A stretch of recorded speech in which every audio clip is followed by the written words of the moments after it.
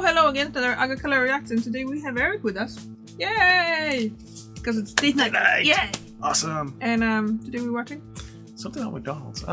Food theory. McDonald's not a restaurant.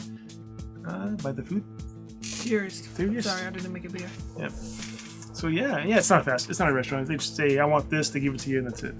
The restaurant would serve you. You got to tip them. Okay. Crazy amount. I don't know why. Should be included in the price. The spoils of living in Europe. Yeah. Hi, I'd like to start a McDonald's franchise. McTastic! So this says you agree to pay a franchise fee up front, a McFranchise fee if you will. Nice. And you'll have to pay us a percentage of all your McSales. Okay. Also, we get to pick the location of your restaurant. We own the McBuilding, and you can only McRent from us. This is a bit more intense than I was expecting. I owe my McSoul to the company? Could we do this another time? You seem McFlurious. Oh, a big net. Cool, you see? Hello, Internet. Welcome to Food Theory, the channel that's just a front for a thriving cat herding business. It's no secret that I'm a foodie, a fast foodie, in fact, and McDonald's was my home cooking growing up. My diet was a daily rotation of McBurgers, McFries, and McSodas. Realizing that that might not be the healthiest option, I tried to get into their salads for a while, the McShakers, but to be honest, they sucked. Sure, over the years I've watched as McDonald's has changed. It's just they got the McSalad thing. What? Yeah. They make everything. If you are trying to watch calories, McDonald's is not the place to eat. It's like, oh, I'll just have one meal and I'll work it off. No. You're allowed a 2,000 calorie diet. That's breakfast, lunch, and dinner. You go to McDonald's for lunch. You get a double quarter pounder, a fries, and a milkshake. Large size. Why not? Treat yourself. That's over 2,000 calories, like 2,800 calories. That's your whole day's worth of calories. Trying to burn that off after? Not going to happen. I was riding a bike, 2 hours, 1,000 calories. So, yeah. And that's just part of one meal. I was eating junk food 4 or 5 times a day. Hey, Taco Bell, I can go for a burrito, walk a few steps. Hey, McDonald's, dollar menu. Great, all right. Oh my God, a Jack in the Box. Why not? Bloop, bloop, bloop, bloop, bloop. And then you burn off 1,000 calories, don't mean squat. Yeah. Avoid junk food at all costs. You still love it though. Oh yeah. You gotta portion that. I have my cheat day. I go to McDonald's breakfast last week. I went to McDonald's breakfast and I'm off Wednesday. Yep. I'm gonna have a high calorie breakfast and then the rest of the week, normal. Delicious. Yeah, faster at home. Classing up their dining spaces, expanding into specialty coffees, introducing video games into their play spaces. Seriously, when McDonald's first put Nintendo 64 consoles in the play area, it blew my mind. And yet, for all of that change, McDonald's has been a constant. I know what I'm gonna get. I know what it's gonna taste like. I know that the ice cream machine is gonna be broken. I know McDonald's, and so do you. Or do we? About 5 years ago, when I was searching for my first house, our realtor told me something that completely blew my mind. No joke, it was one of those moments that you have in life when your perspective completely changes about the world around you. Like when you find out that the Illuminati is actually real. I mean, what? No. Forget that I said that. Anyway, our realtor told me that McDonald's isn't a food company. It's a real estate company. You heard that right. The most famous and highest grossing fast food chain in the world actually generates more from real estate efforts than they do from, actually selling food. The food is a side business for their purchasing and owning of buildings and land. In the 5 years since, this little factoid has appeared on lots of different listicles, but in all honesty, this was one of the reasons I wanted to make this channel in the first place, to tell you mind-blowing stuff like this. I mean, having multiple revenue streams is smart business, but this goes way beyond mere diversification. McDonald's is arguably the most successful restaurant chain in history, and yet they're somehow even more successful in an entirely different industry. So that's what we're getting to the bottom to today, theorists. Is McDonald's primarily a real estate? You never heard that before, did you? No, retail? Not at all. I've heard of paying a franchise free fee. I didn't know them own the building and you have to pay them rent or something. No. company, or is that just some clickbaity distortion of the numbers? And if McDonald's is a real estate company, why? How? So put on your business socks, people, cause it's business. It's business time. Let's start at the beginning. McDonald's was founded in 1930s California by the McDonald brothers, Richard and Maurice. The earliest version of the restaurant, which served hot dogs and barbecue, didn't really resemble what we know as McDonald's today, except for one thing: getting food to its customers fast. The McDonald's brothers were way into efficiency and optimization, theory for another day, and their speedy service system caught the attention of milkshake mixer salesman Ray Kroc, who teamed up with the brothers and in 1955 began building McDonald's franchises outward from California at a feverish pace. However, Kroc's fortunes didn't really take off until he met an investor named Harry Sonneborn, who introduced Kroc to a new way to make money in the restaurant business: real estate. This clip is from the 2016 film The Founder, a film I highly recommend if you haven't seen it. Gets really into the heart of the matter. You don't seem to realize what business you're in. You're not in the burger business. You're in the real estate business. You don't build an empire off a 1.4% cut of a 15-cent hamburger. You build it by owning the land upon which that burger is cooked. Spoiler alert, Sonneborn's idea proved to be wildly successful, and definitely a lot better than Dunder Mifflin Infinity. And with Sonneborn's help, Ray Kroc implemented changes that would alter the course of McDonald's history, making him an insanely wealthy man worth over $600 million when he passed away in 1984. So here's how the new system, today referred to as the Sonneborn model, worked. Let's pretend it's the late 50s and Joe Regular Guy wants to open up a McDonald's. To do it, he needs to purchase a franchise, basically permission to open a restaurant from Ray Kroc. Kroc is happy to sell a franchise to Joe. After all, it's his job to build out a network. Can you open the door for me? You can hear him, yeah. Thank you. Really? Meow. Did you bring us gifts? Little mice here and there? Bat? No?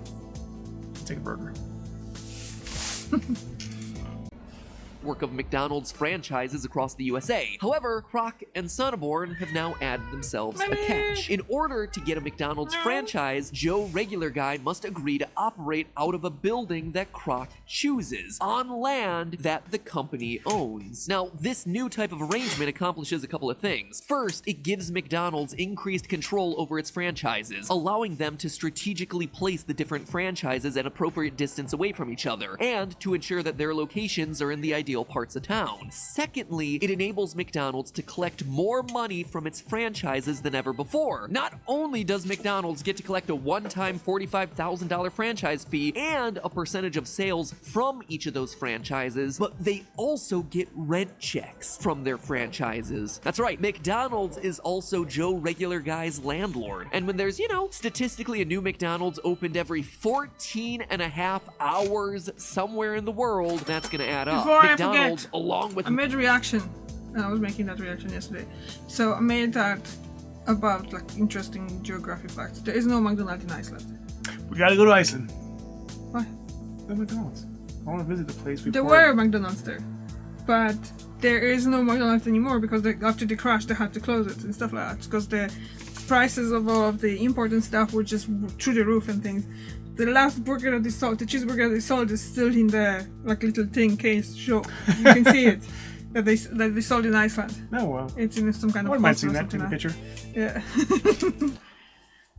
Many of the other fast food chains that you know and love use the Sonneborn model of real estate ownership within their franchises to this very day. And hey, when the restaurant doesn't work out, they can always just sell the land. But wait, there's more. The real estate benefits to McDonald's don't end there. In addition to collecting rent, there's also tax benefits to be had. There's a lot of upside if you own a commercial building and know what you're doing, and boy howdy does McDonald's know what it's doing. First, the use of commercial land is a tax write-off, meaning that whatever it costs you in a year to buy and keep that land is going to come out of your income before you pay taxes. And this is important. Businesses that earn a lot of money want as much to come out of those earnings as possible, so there's as little left to tax at the end, because taxed money isn't coming back to you or your business. So they buy equipment, they give away bonuses, they invest that money, all of it to get it off the books before it gets taxed. So sure, you might not need that extra camera or whatever, year, but by spending money on it, you're basically getting a 20% discount on it. The 20% that would otherwise be handed over to the government through taxes. As any accountant will tell you, you want your business to basically look like it's earning $0 at the end of the year by spending that money on things that help the business, but can also function as tax write-offs. I'm not saying this is wrong or right by any means, by the way. I'm just saying that it's legal, and so smart business people looking to hold on to their money try to exploit this for all it's worth. And the Sonneborn model really works that system. They own the land, and land is a really weird category of business because unlike other things you buy, like say your car or your phone, land isn't expected to expire or deteriorate. In accounting, this is called depreciation, and you feel it if you've ever tried to sell an old car that you've driven down into the ground. By the end of its life, it's worth practically nothing. Well, it turns out that you can use depreciation to your advantage with taxes, and accountants can spread out the cost of large purchases over the lifespan of that item. For a concrete example, let's say I buy a new BurgerBot 2000, which is capable of pumping out hamburgers all by itself, and I expect it to churn out those burgers for the next 5 years before it starts to break down. If it cost me $100,000 to buy, I can choose to amortize the cost, which is to say I can incrementally take its depreciation into account on my taxes.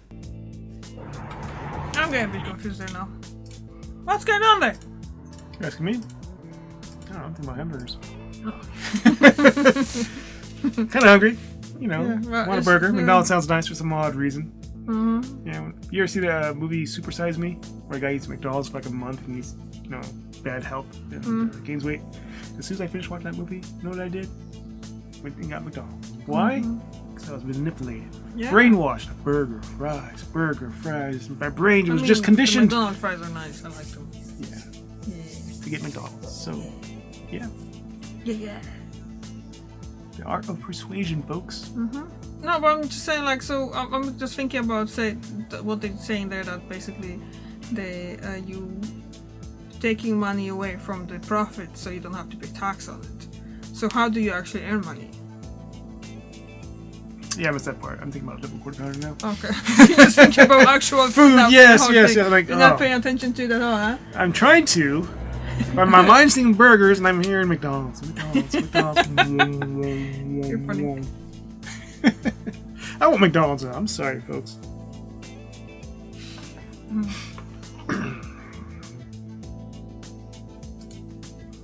Okay, I'm back. There's the volume. When I do this, I would be telling the IRS that instead of deducting the full $100,000 purchase for my BurgerBot this year, I want to instead deduct $20,000 every year for the next 5 years. Same amount, but now it's just spread out. This might just seem like a silly difference, but when you're dealing with way bigger numbers and tricky tax brackets, that kind of distributed long-term cost can massively reduce how much you owe each year. Here's how. Let's say BurgerBot and I are able to earn $50,000 in a year. If I deduct the full $100,000 cost of buying the bot on my taxes in the first year, I'd be showing the government that I wound up with a net loss of $50,000. In that year, I would pay $0 in tax because I've shown the government I didn't earn any money. But then, for the next 4 years, I'm paying 21% on my full $50,000 earnings. That's $10,500 each year for a grand total of $42,000 paid in taxes across all 5 years. That is in scenario 1, deducting everything up front. But now, let's look at scenario 2, where I spread out the cost of BurgerBot, deducting $20,000 from my earnings every year. Instead of that minus $50K on year 1 and plus $50K every other year, now I'm telling the IRS that I earn $30,000 every year. The $50K that I do earn minus the $20,000 distributed costs of the BurgerBot. I'm still paying that same 21% each year in taxes for 5 years, but now it's off of $30K instead of $50K, which winds up being $6,300 a year or $31,500 over the 5 years that BurgerBot you pretend you're paying attention. It looks like I'm paying attention, but I'm still seeing burgers. To an extra $10,500 that I get to keep over that 5-year period, just because of some funny tax work with depreciation schedules. Even if you didn't follow any of that example, the TLDR here is that spreading out costs can save you huge bucks in the long run. And when you're a company like McDonald's with a massive $21 billion in revenue in 2019 alone, those sorts of cost savings are gonna add up. But how do they do that? Why is any of this relevant? I just said that land doesn't depreciate. And while that's true, anything you build on that land does. Paved the lot, that's now improved land. Built a building, you can depreciate that. And there's a really weird loophole that helps McDonald's here in a big way, because rented land can be depreciated. And almost all of McDonald's land is rented. Only 7% of McDonald's locations are actually owned and operated directly by the company. The remaining 93% of locations are franchises. Thanks to all of those locations, in 2019, McDonald's reported $1.39 billion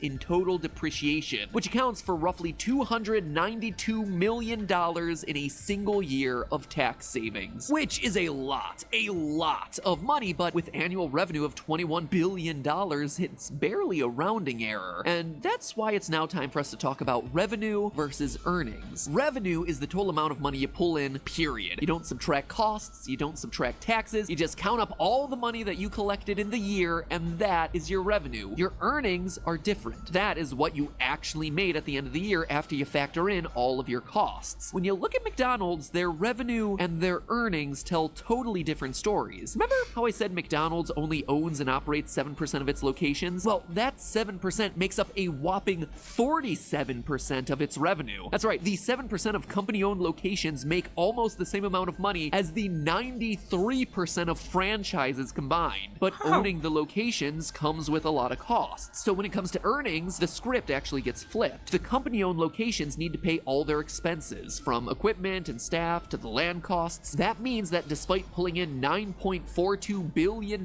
from their company-owned locations in 2019, they only kept $1.5 billion of those earnings. Meanwhile, McDonald's barely has to do anything to keep its franchises running, since that's the franchisee's job. As a result, McDonald's gets to keep about 86% of the franchise revenue as earnings, meaning that of the $11.6 billion that they made in 2019, they got to keep over $10 billion of that. So what percent of all that is rent as opposed to money from, actually selling hamburgers? You remember from way back when you thought that that was what this company did? Well, McDonald's doesn't break it down in their financial reports, but we can make use of the numbers we have available to make a reasonable guess. We know McDonald's 2,770 company-run locations make $9.42 billion, or $3.4 million each on average. If we assume that their company-owned locations make close to the same as franchised locations, it means each franchise would be paying 4% of that, or about $136,000 to McDonald's in franchise fees every year. For its 35,925 franchise locations, that's roughly $4.9 billion off of franchises for the food, for a total of $6.4 billion in food. McDonald's reported $13.15 billion in 2019 earnings, so the remaining $6.75 billion that's left is going to be new franchises, and finally, all that real estate. $6.4 billion in food versus $6.75 billion in all the rest. We have ourselves a close race, my friends, but we can say that McDonald's makes more in non-food earnings than direct food earnings. So there you have it, friends. What was true in Ray Kroc's day is still true today. McDonald's makes more money from real estate than they do from hamburgers. And what's more, McDonald's has been leaning even harder into real estate in recent years. From 2015 to 2019, McDonald's sold off over half of its company-owned locations, in many cases making a tidy profit off the land that they were invested in, and shifted more of their reliance away from running an actual restaurant and more towards being a real estate firm that happens to build all its buildings with golden arches out front. And who can argue with this approach, at least from a business standpoint? Their massive commercial real estate portfolio has allowed them to weather the 2020 insanity with relative ease. McDonald's Corporation stock has fully recovered from COVID, and as of the making of this video is trading near an all-time high. It's a similar story with other major restaurant chains too, like Starbucks and Wendy's, who took a page from Sonneborn's book and have gotten into the real estate game themselves. In fact, the practice of collecting rents from your own franchises has pretty much become par for the course for major restaurant chains. Meanwhile, smaller restaurants who don't have the luxury of being their own landlords have been hit real hard this year. And I mean real hard. It's estimated that 85% of all independent restaurants in the United States could permanently close by the end of this year. So let me leave you with this thought, theorists, especially those here in the US where COVID is still surging and where many small businesses missed out on the limited number of Paycheck Protection Program, or PPP loans, that were made available to American companies. If you happen to be in a position position where you're able to choose between local restaurants and national chains, consider ordering local. More now than ever before. Oh, and if you happen to be in a position to start a restaurant, consider becoming the landlord too. But hey, that's just a theory. A food theory. Bon appetit. Well, you made it to the end of a McDonald's themed food theory episode. Might I interest you in another McDonald's themed food theory episode? We recently took a deep dive into the world of fast food fries, crunched the numbers, and figured out which... Maybe next time. Yeah. Next time. Yeah. Because this whole video... It's not what I was thinking it's gonna go to, though.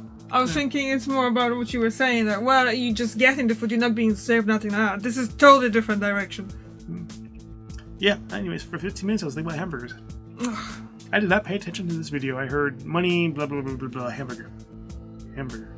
You see, his addiction to fast food. Even it's not fueled by the actual fast food anymore, but you do your hamburgers, you do fries that are frozen. I've been withdrawal, folks. Gotta go to rehab. Luckily, there's a smash it around the corner. Come on. We just had it yesterday. 2 days in a row. Let's be rebels. Yeah, rebels. Yeah. And then we go bloop. Some good stuff too. Yeah. No, we just agreed we're gonna start saving money for going to Tenerife, if that's what my family decides, and then we're gonna go to eventually. Yeah. So we'll see how it goes. Oh. Nah, I don't have anything. I just like to say that this video didn't go where I was thinking it was gonna go.